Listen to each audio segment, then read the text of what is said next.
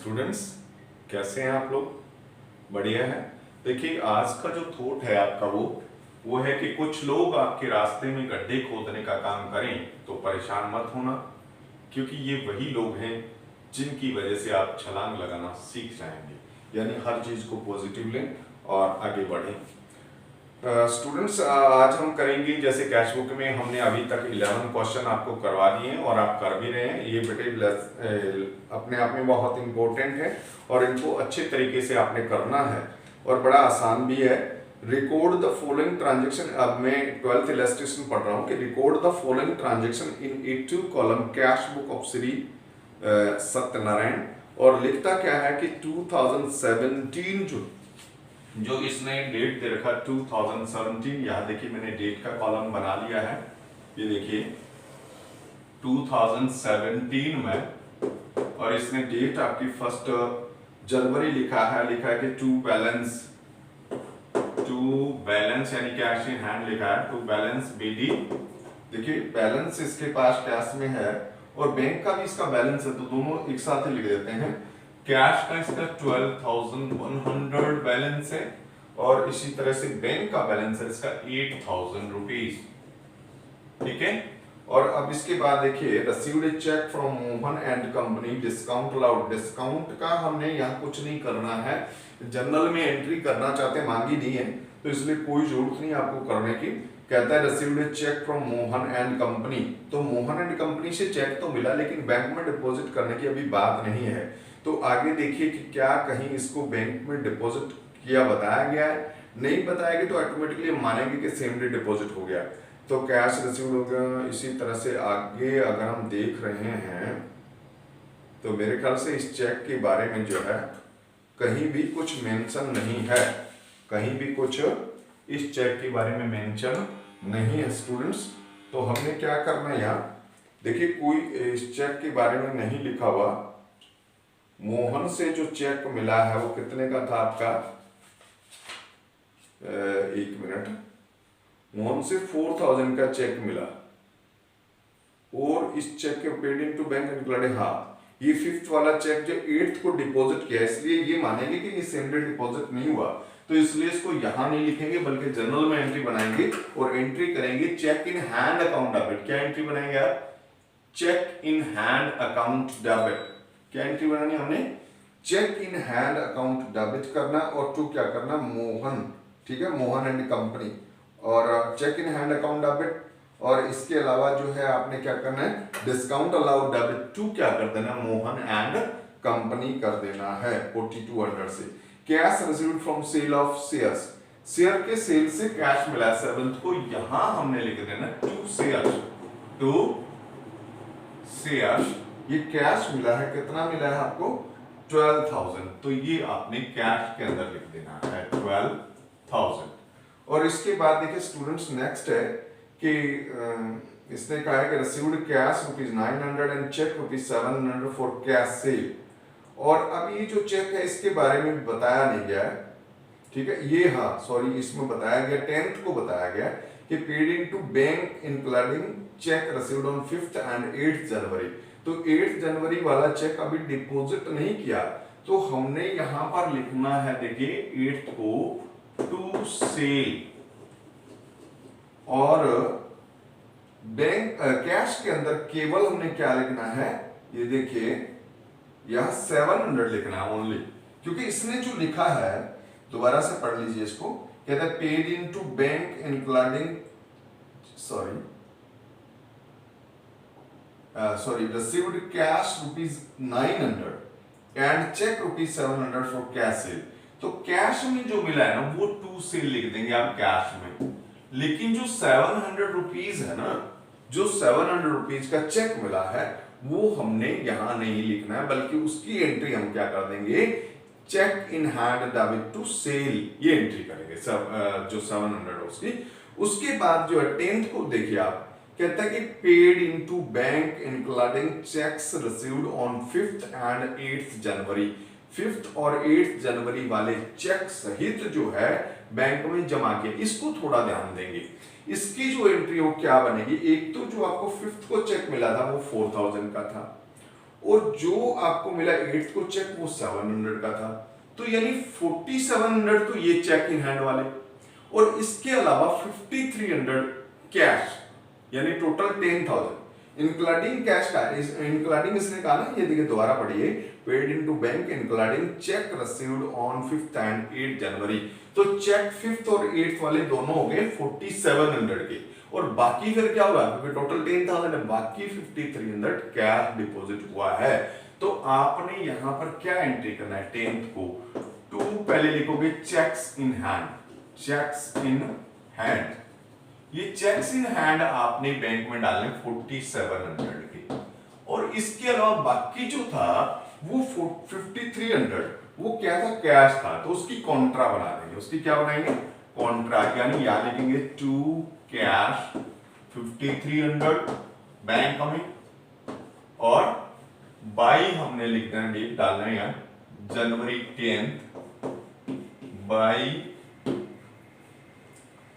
Bank cash में कितना 5300, तो ये 5300 कैश जो हो डिपॉजिट होगा, बाकी जो चेक इन हैंड थे वो अलग से, इस तरह से इस एंट्री को करना है, ठीक है। और इसके बाद नेक्स्ट आइए स्टूडेंट्स, कहता है paid for repair of typewriter, typewriter की रिपेयर के लिए 200 रुपीज दिया, तो यहां लिख देंगे by repair, by repair 200 rupees cash में लिख देना है। और उसके बाद नेक्स्ट में देखिए 14 को drew a cheque for office use 2000 and for personal use 1500।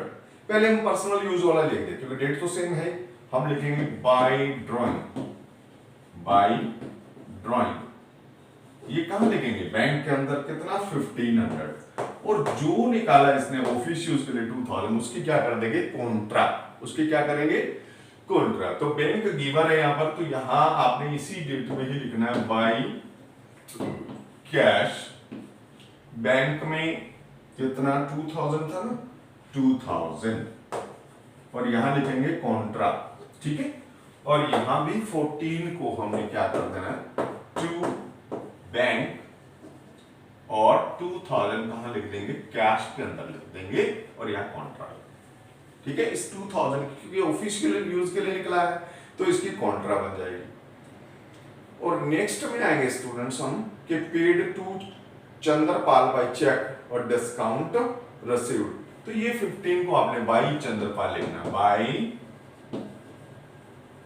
Chandrapal, ये चंद्रपाल जो है कितना है, ये है आपका 600, चेक से दिया है 600 रुपया, और जो 50 रुपीज डिस्काउंट है ना उसकी अलग से एंट्री कर देंगे, Chandrapal debit to discount received, Chandrapal debit to discount received 50 rupees की। फिर बोलता है 16 को give a cheque to Surendra for cash purchase of office furniture for office, office के लिए हमने फर्नीचर परचेज किया और उसके लिए सुरेंद्र पाल को नकदी दिया है, तो कैश हुआ ना ये, मतलब इसमें क्रेडिट में नहीं है ये, तो 16 में लिखेंगे हम बाय फर्नीचर, फर्नीचर खरीदा, वो भी कैश में खरीदा है ना कि चेक से, तो 5000 आपने कैश में लिख देना है। फिर कहता है 20th को received a cheque from Naresh and company for commission, commission के लिए 1800 का मिला, लेकिन इसके बारे में लिखा नहीं है कुछ, आगे देखते हैं क्या है।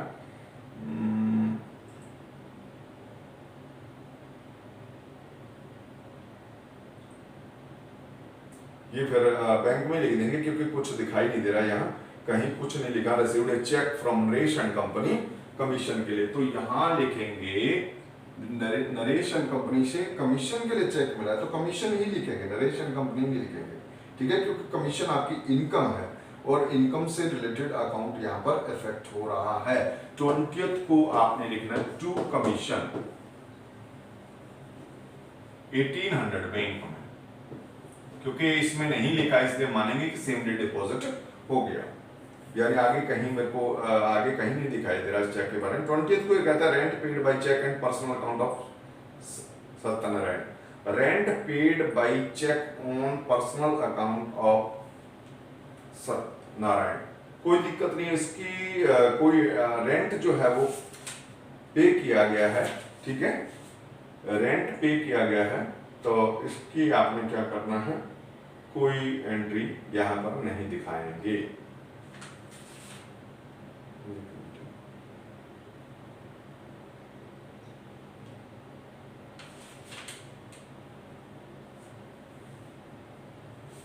आगे ये दोबारा पढ़िए, ये थोड़ा पढ़ने में गड़बड़ है। इसमें लिखा है कि rent paid by cheque on personal account of, अच्छा ये यानी इसका प्राइवेट रेंट चेक पे किया है, किसका, सत्यनारायण का प्राइवेट रेंट जो है, यानी उसके घर का किराया दिया गया बिजनेस के द्वारा। तो यहां लिखेंगे बाय ड्रॉइंग, और कितना है, 800 रुपीज है, तो ये बैंक में लिखना है, ठीक है ना, ये लिख देंगे बैंक में। और उसके बाद फिर लिखता है कि issue a cheque for petty cash, petty cash के लिए चेक दिया, ये भी लिख देंगे। पैटी कैश मतलब छोटे मोटे खर्चों के लिए, बाय पैटी कैश। ये पैटी कैश का चेक जो है आपका कितना है, 100 रुपीज का है, ये भी चेक से था।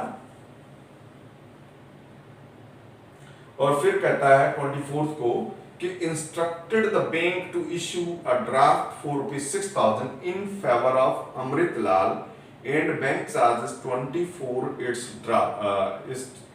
for its issuing the draft। यानी हमने क्या किया कि अमृतलाल को ड्राफ्ट दिया, ठीक है, जैसे चेक देते हैं वैसे लिखा जाएगा।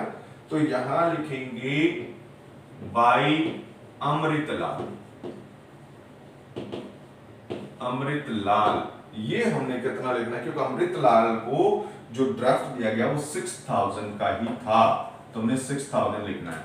और बैंक चार्जेस जो हमारा खर्चा था, इसके साथ ही हमने लिखना है इसी डेट में बाय बैंक चार्जेस, ये 20 रुपीज अलग से लिखेंगे, ठीक है। फिर उसके बाद कहता है received bank draft for ₹3,900 from रघुवीर in full settlement of ₹4,000 due from him, discount claimed by him was disallowed. तो ये डिस्काउंट जो उसको दिया ही नहीं गया, वैसे उसने अपनी तरफ से क्या किया था कि 4,000 देना था, 3,900 दिया, लेकिन ये डिस्काउंट हमने उसको अलाउ नहीं किया। वैसे भी अलाउ करते तो यहाँ कोई फर्क नहीं पड़ना था, हमने यहाँ 39 ही लिखना था। अब भी हम 3,900 लिखेंगे, तो यहाँ लिखेंगे 29 को क्या, टू रघुबीर प्रसाद। ये रघुवीर से कितना है आपका 3900 का क्या मिला है, चेक मिला है। और इस चेक के चेक मान लो बैंक ड्राफ्ट, ये लिखा नहीं कि सेम डे डिपॉजिट, हम मानेंगे कि सेम डे डिपॉजिट हो गया, ठीक है ना, ओके। और फिर बोलता 30th को bank collected interest on securities, bank ने आपकी सिक्योरिटीज पर, आपके शेयर वगैरह पर इंटरेस्ट कलेक्ट करके आपके अकाउंट में क्रेडिट किया। तो ये भी यहां पर लिखेंगे आप, ये देखिए टू रघुवीर 29 था ये डेट, तो यहां हमने क्या लिखना है, to interest on securities, on securities, ये कितना है आपका 250 है, बैंक ने किया है तो बैंक किया, ठीक है। अब इसका क्या करेंगे, अब इसका बैलेंस कर देंगे, अब इसका क्या करेंगे, अब इसका करेंगे हम बैलेंस।